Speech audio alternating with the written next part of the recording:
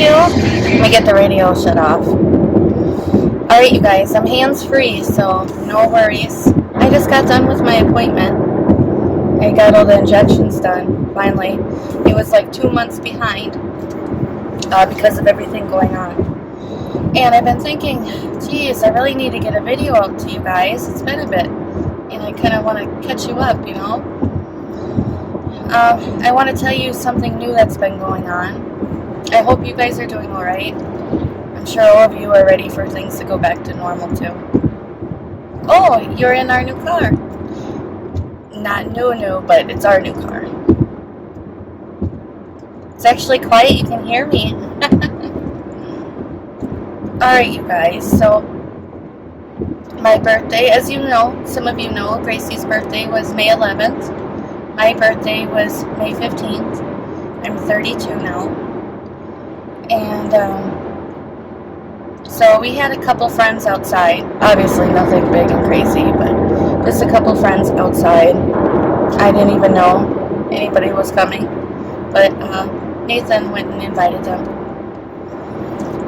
Long story short, Nathan, he was missing. We didn't know where he went to. And I searched you guys for at least a half an hour trying to find him. I tried calling him. I tried messaging him. And then we have really bad reception in our little town. And all of a sudden I hear ding, ding, ding. And it was really quiet. So is he messing with me? Well, I tried calling him one more time because I looked through the house, couldn't find him. And it was dark outside. And all of a sudden I looked to my side, and here I seen a white light on the ground. So I walked over there, and here I found Nathan face down in the dirt. And I shook him really hard, and I'm yelling to him, and he looked at me a second, then his eyes rolled back of his head a couple times. So, of course, I'm freaking out. Hopefully this isn't too shaky. So I'm freaking out. He has told me he's passed out a couple times, like going to the bathroom. In the middle of the night, he gets up and goes to the bathroom, and then he woke up on the floor. One time he hit his head really hard on the sink. Well, after, you know, I would be sleeping, so he doesn't know how long he's out for, but what I seen was scary, and it wasn't normal. Well, leave it to me. I get distracted, but I promise I finish the story time later in the video. So I forced him to see the doctor. He really didn't want to. Nobody wants a doctor, but that has to be checked. So last couple of days, I went to the doctor, and he got a bunch of blood work done. Everything was really good, except for his cholesterol. His father's side, all the men on his father's side has had either a heart attack or a stroke. And come to find out that, I didn't know this, but if your cholesterol is high enough, it can cause a heart attack and stroke. And I guess high cholesterol runs in that family, but diabetes runs on his mother's side. But this has nothing to do with his fainting. So I'm glad he got the blood work done, so we can take better care of that. So yesterday he had a heart echo done. For those of you that don't know, I didn't know, it's ultrasound of your heart, and that was actually really interesting to see. It looked like a little stick guy inside of his heart clapping his hands like that. It was kind of...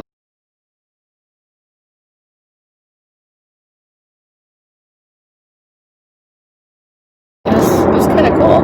Nate's at work right now. He had to tell the boss that he's not supposed to work by himself until we get this stuff figured out. So that's been a big worry lately. I've had my head trying to wrap my head around all that and trying to figure out what it could be. Because I don't want it to just not be taken care of, you know. You could be driving or at work on a roof.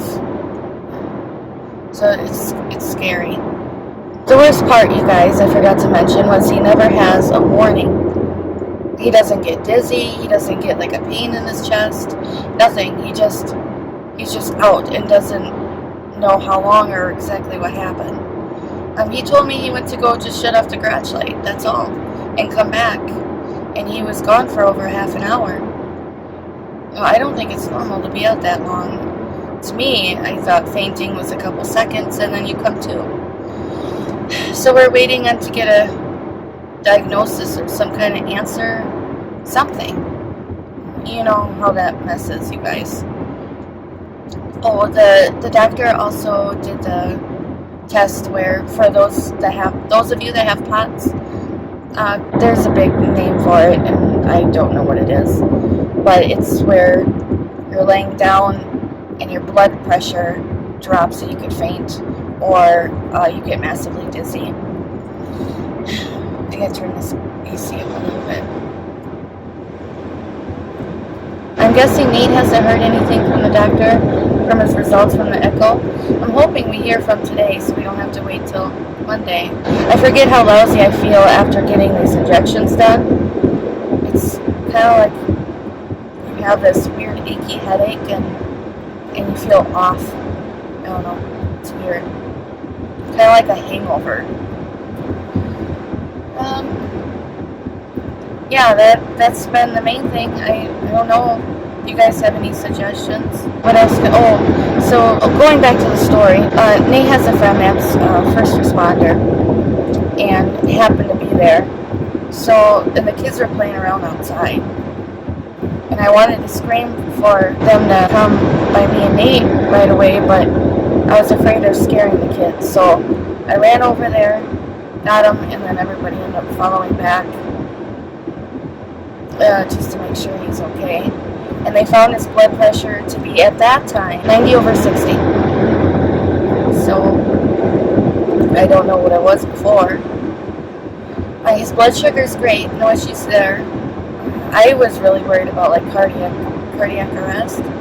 That's what a really good friend of mine, her father, passed away from. I don't know, you guys, it's scary stuff. And I wanted to see what you all thought, or you know, someone that went through that. He does great on his water. That's the big question, is eating and drinking. But you know, almost my gallon jug here, Nate has the same one for work, and he usually drinks the whole thing, if not close. Once in a while, he doesn't do so great, but it's hard in the winter. Day before yesterday, I got a tube put in my ear. Remember all the ear infections, you guys? Well, I had another ear infection, and the doctor said that the tubes that the fluid drains out of, mine are the size of a child's. So it's like it's not draining properly. And you've been following me for a while, you know I've already had 7 surgeries done on my ears. So he said, let's try the one and see what happens. And all goes well, next month I'll get my other ear done. Well, you guys, I can actually hear better out of this. As soon as we left that clinic, I could actually hear the cars out on the freeway.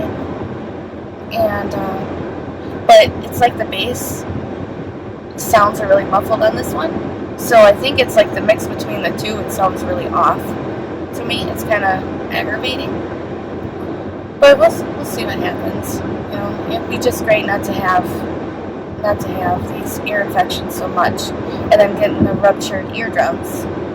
So, yeah. He says with the abnormalities in my ears that it wouldn't hurt to try. That's what's been going on, you guys. Thank you so much for listening. How are you guys doing? Make sure you message me down below, okay? Let me know how you are. And let me know some video ideas. That would be really helpful. That's where I've been stuck before the stuff with me. So since then, mine's been a little occupied. But besides all that, things are doing good. Trying really hard to keep the kids in their routine. I'm still laid off of work. Sucks I somehow don't qualify for unemployment. Although I'm not working because of the COVID stuff. So please catch me up. Let me know. I love hearing from you guys.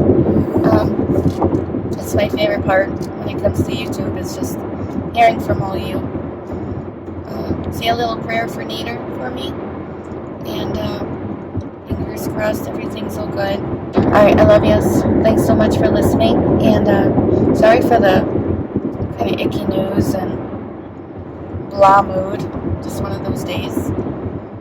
It was good until I had to get those injections, but it's alright. It will help those darn migraines. The injections really do help me. They are worth it.